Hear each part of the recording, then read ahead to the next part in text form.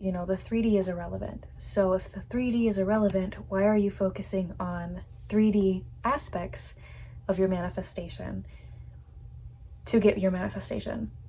Does that make sense? Hello everyone, my name is Emilee. I am a manifesting coach, and today we're going to be talking about somewhat the theme of the day, which I feel like I have kind of been thinking about for a while, which is that, the techniques that you use do not matter. But I want to expand on that a little bit, because there is no action you can take in the 3D that is going to get you what you want. Everything that manifests is within you. So the change has to come from within. And I really, really, really want to reiterate this and kind of just say this in a different way, I guess, because I've been saying this so many times, but I feel like a lot of people just still are not getting it. So hopefully if I say it this time, then people will start to get it and then they can apply this to their life. So today I saw, some comments, and I see all the time where people are like, well, I am doing all these techniques and I am just still not seeing the results, and I just don't know what I'm doing wrong. I'm just starting to feel like this doesn't work. And again, the techniques that you use do not matter.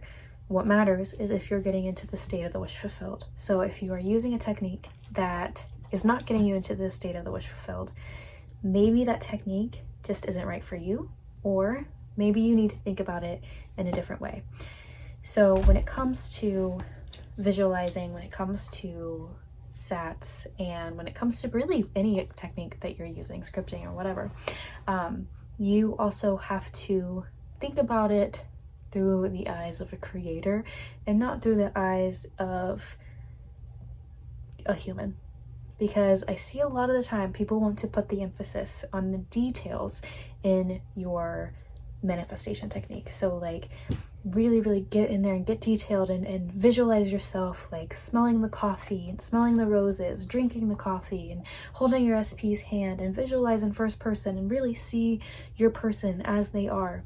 And those are all really, really great and helpful tips, because I do really think that those things help you feel it real.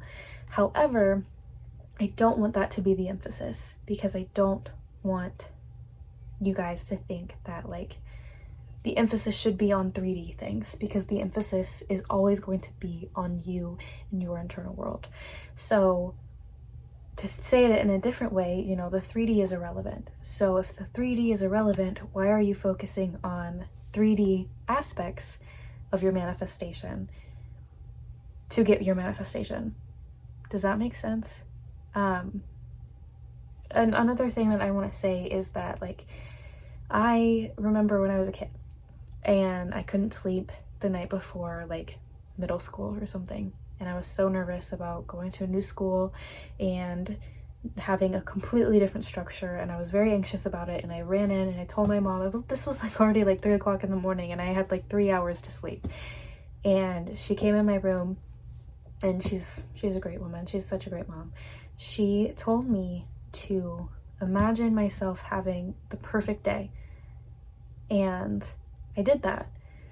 Little did I know, little did she know too, that she was teaching me SATs, that she was teaching me like how to manifest. And that is something that I did my whole life when I couldn't sleep, when I was feeling anxious. Even I was just to give myself permission to daydream, because I loved to daydream a lot. But even though like I did that all throughout, middle school, high school, college, not everything that I daydreamed about came true. Not everything that I thought about before I went to bed came true, because the difference is in my internal world and what I identified with. Because I would daydream about these things, my beliefs didn't align with these things, my identity didn't align with these things, they didn't come true. So when you're doing your techniques, what I want you to focus on first is shifting your identity, shifting your belief into the version of you that already has what you want. So what I think that you can do, before you visualize, before you start to script, before you start to repeat your affirmations or take your gratitude walk or whatever it might be, I want you to just sit with yourself. And I want you to ask yourself, if you had what it is that you wanted, if you were your SP's significant other, what would that feel like? What would this version of you be thinking right now? What would they be assuming about your SP? And how would it feel to identify as this person, to identify as Mr. or Mrs. SP? For example, if you're sitting there and you're thinking about what it would be like to be your SP's significant other, that might feel peaceful, that might feel calming, that might feel natural and neutral for you. That might not always feel happy. You don't have to strive for happiness. If you can get happy, then perfect, that's great for you. You don't have to be happy. You just have to feel like, in this moment, what would I be feeling if I knew I had my SP? If I knew that they were mine? You wouldn't feel anxious about them, hopefully. You wouldn't feel like a longing for them. You would just have this knowing that they are your partner, that they are your significant other. You would also, feel the identity of being somebody's significant other. You would move around the world as if you were taken, hopefully. You would move around the world and everybody around you would know that you were in a relationship, and you would carry a whole new identity. So what does that identity look like for you?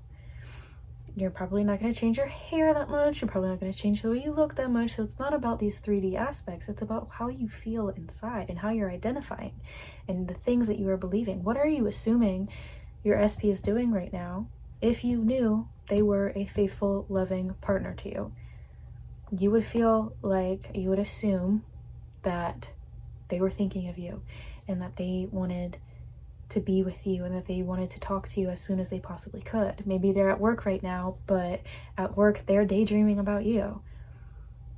These are things that just come naturally when you are in a relationship with somebody. I know my SP is at work right now, and I know he's thinking about me. I know he misses me. I know he's probably sending me a text right now. And I know that when he gets home tonight, we are going to just chill on the couch and watch TV and go to bed and kiss and hug and cuddle, and it's going to be nice because that's what we do. It's just natural for me. So think of something that would be natural for you and connect with that version of you first. You don't have to really visualize anything. You don't have to, get caught up in the, technicality aspect of your technique. But just sit with yourself and try to get into that identity. You don't have to fully shift yet, but you have to start to train your brain. This is going to help your brain start to think through the eyes of a different version of you. So that way, when you start to do your techniques, when you say your affirmations, these affirmations are going to feel more true and more real for you. And when you are visualizing, that visualization is going to feel like a true memory for you or a true event for you, because you've already trained your brain, or I guess primed your brain, to think through the eyes of somebody else, through the eyes of a different version of you. So I hope that was helpful. I hope you guys take this advice. If you have any questions, let me know. If you try this tonight, let me know how it feels. Let me know how it works for you.